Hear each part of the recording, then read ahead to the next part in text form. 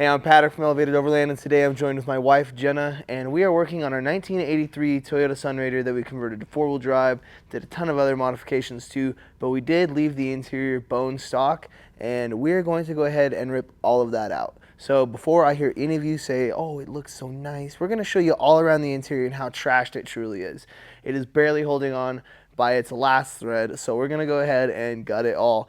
We are also going to do a ton of fiberglass work, replace the subfloor, put a rear bumper, sliders, chop the rear. We have a ton planned for this, and this is all just kind of the beginning steps. We are probably going to fiberglass over every single hole that we don't think we'll need. We'll get rid of this. We're going to fiberglass over everything. We're going to leave the windows because we do like where the windows are at. But one big thing that we're going to do is we're going to do a huge departure angle chop.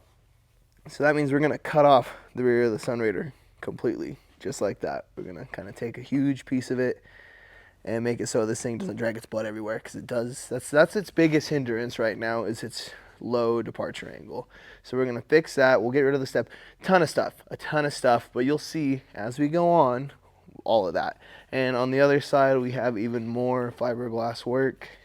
We will be getting rid of all these holes, that hole, both of those holes, that hole, and this will probably mostly get cut off, but what doesn't get cut off needs patched up.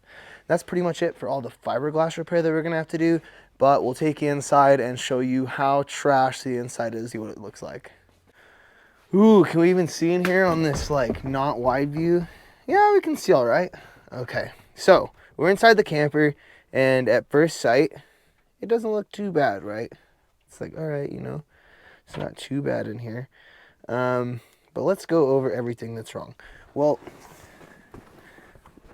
this is like falling off the wall. I've already had to repair it. This was probably a 2-inch gap. So all of this is broken. This is broken. That panel's broken. This entire like shelf is broken and coming down. It's right here. You can see it. So the shelf is coming down. Every single latch is broken. The bottom of in here, it's hard to see, but this is basically just, there's nothing left. Back here, nothing's too bad. This is broken. I mean, it's all pretty bad. So it's missing. Everything's like bungeed shut. The oven works. This doesn't work. That works. I made that work. Everything's just falling apart. So this is another huge one. This is broken. This whole wall is broken and was coming down. The fridge was falling forward. So that was way less than ideal. And in here, we're going to keep the shower enclosure, and that's all the power. Going to disconnect the big 110 volt power, and we're going to leave the 12 volt, and we'll just probably blow a fuse at a time till it's done. But we're going to get rid of the 110 right now. But we want to keep all the lights for as long as we can. So anyway, this is also, oh, I think I put more screws in it, but yeah, it was basically falling apart. The paneling is cooked there. It's rough. It's rough. So I am one of the very few people who know how big of a job it is to try and gut and rebuild a Sunrader. So this is a very daunting task for me. But we're going to go ahead and fully commit, get started, and do this. Also, the floor. I'm cutting the floor out. There's a weird thing here. We'll see what's up with that. It's like a hump. We're reinforcing the frame, doing a new subfloor, and a bigger fuel tank or an additional fuel tank, all while this is apart as well. So we have our work cut out for us. We're just going to get started by gutting it. We're not going to do much more right this second. This is an evenings and weekends job for us. But we're committed to doing this. So let's go ahead and set up a time lapse and see how long it takes us to get this, which I don't think it's going to be very long because everything is barely holding on by a thread. So I've said it once and I'll say it again. I cannot believe how poorly these Sunraders are built. Some people say that the factory interiors are fine, but I have yet to find a Sunrader in any condition that is worth saving the interior. Some of them are nicer than others, I'll say that, but they're all trash at the end of the day. And if you want to put $30, $50, or $100,000 into these rigs, which is basically what we're doing here, it's worth it to just rip everything out and start fresh. It is worth noting before you jump in on your own Sunrader how much of a project this really is. Taking the shell off, doing a full gut, any of the above is so big of a task that it's almost unfathomable until you've done it. And as you can see here, we are amassing a massive pile of trash. I did not expect the Sunrader interior to make this much or this big of a pile of trash, but I guess everything looks different when, it's sitting outside on the ground versus inside and built. But nonetheless, we kept trucking along, and now it was time to go ahead and take the fridge out, which seems like a small task, but in a Sunrader it's not, because you have to take the passenger seat out and then squeeze it out of the passenger door, which it barely fits, but we ended up getting it out without scratching up the door or, dropping the fridge on either of our feet.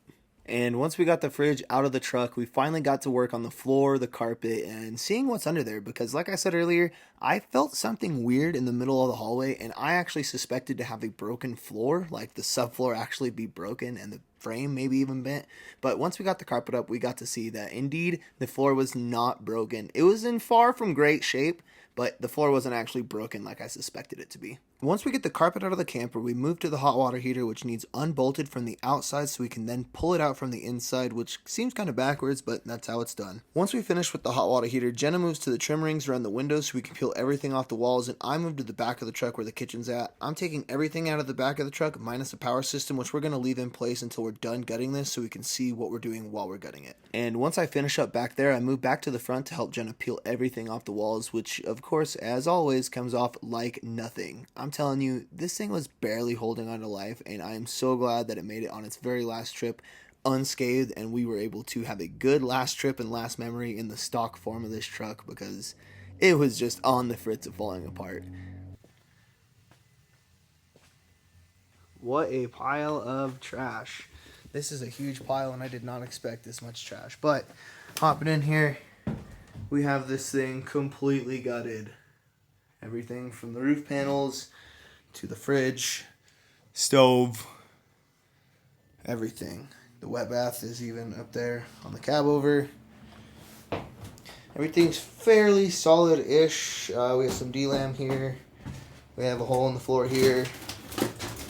And yeah, so we're going to be closing that hole, that hole, that hole, that hole, that hole. Definitely those two holes. Cutting out the entirety of this subfloor, reinforcing the chassis, building a new subfloor.